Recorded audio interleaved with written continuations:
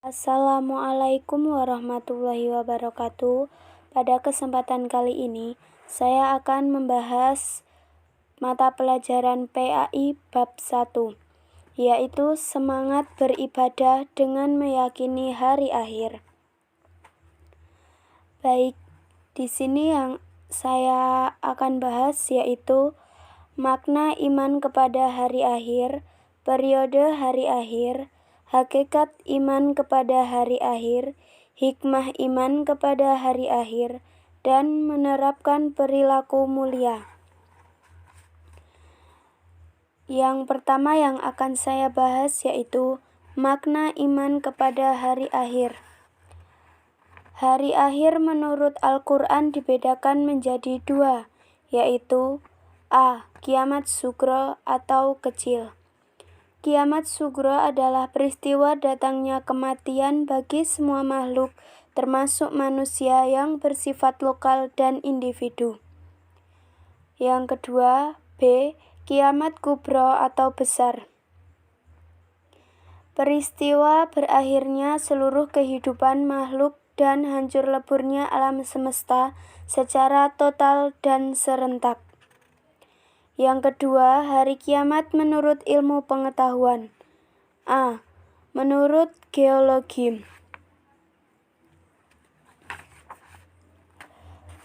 Yaitu bumi beredar karena adanya daya tarik matahari terhadap bumi berkurang. Akibatnya, bumi akan bergeser dan matahari, sehingga putaran bumi semakin cepat dan akan mengalami nasib seperti meteor, atau menyala atau hancur. Yang kedua, menurut teori fisika. Kalau suatu ketika matahari tidak muncul atau cahayanya redup karena tenaga atau sinarnya habis, maka tidak ada angin dan awan yang berakibat hujan tidak akan turun. Selanjutnya, gunung-gunung akan meletus, ombak bergulung-gulung, air laut naik sehingga hancurlah bumi ini. Yang selanjutnya yaitu periode hari akhir. Periode hari akhir dibagi menjadi 8. Yang pertama, Yaumul Ba'ats atau hari kebangkitan. Yang kedua, Yaumul Hasyr atau yaitu hari berkumpulnya manusia setelah dibangkitkan dari kuburnya. Yang ketiga, buku catatan. Buku catatan ini berisi semua perbuatan dan perkataan manusia sewaktu hidup di dunia. Selanjutnya yang keempat yaitu Yaumul Hisab dan Mizan. Yaumul Hisab adalah hari ketika Allah memperlihatkan semua amalan di akhirat untuk dihisab. Segala dosa besar dan kecil dihitung dengan seksama dan teliti. Ketika amalan mereka dihitung, anggota tubuh mereka ikut menjadi saksi. Tahapan selanjutnya adalah mizan. Mizan adalah timbangan yang adil berisi kebajikan dan kejahatan yang telah diperbuat setiap manusia. Setiap orang ditimbang amalnya dengan seadil-adilnya. Yang kelima, asyirat. Asyirat adalah jembatan yang terbentang di atas neraka menuju surga. Mudah atau sulitnya melewati asyirat itu tergantung kepada amal setiap manusia. Yang keenam yaitu Yaumul Jaza. Yaumul Jaza yaitu suatu hari ketika semua manusia akan menerima balasan Allah Subhanahu wa Ta'ala. Balasan yang diterima seseorang sesuai dengan amalnya selama ia hidup di dunia. Yang ketujuh, balasan perbuatan baik dengan syurga. Adapun bagi mukmin yang bertakwa kepada Allah, pasti akan menerima balasan yang setara, yaitu berupa syurga. Dan yang kedelapan, balasan perbuatan buruk dengan neraka. Adapun orang yang selama hidup di dunia lebih banyak mengerjakan perbuatan jahat, maksiat, tercela, dan kafir terhadap Allah, kufur kepada ajaran dan nikmat Allah, maka akan menerima balasan yang sesuai dengan apa yang telah dikerjakannya pula.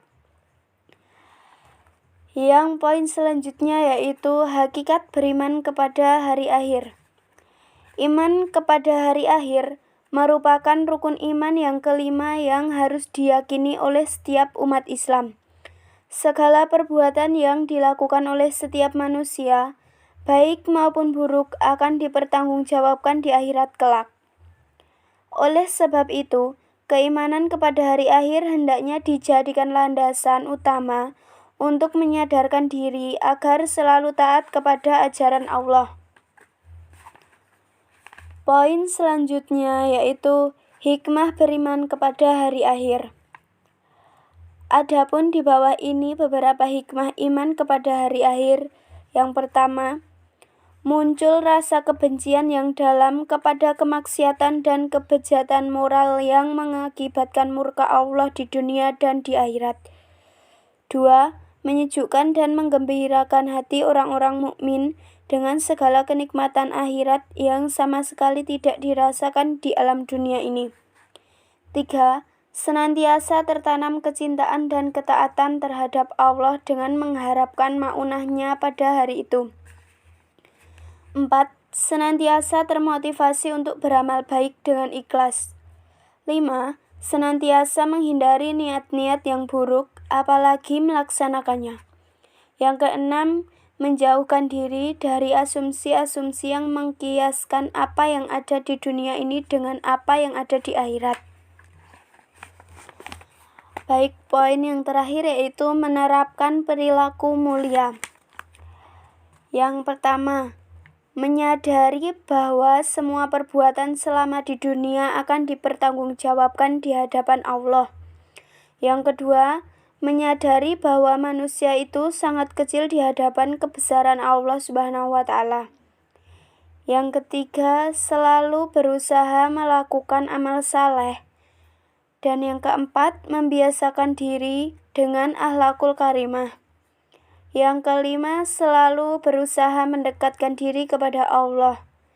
Dan yang terakhir yaitu termotivasi untuk selalu bekerja keras dan menjauhi kemalasan. Baik, sekian dari saya. Kurang lebihnya saya mohon maaf. Wassalamualaikum warahmatullahi wabarakatuh.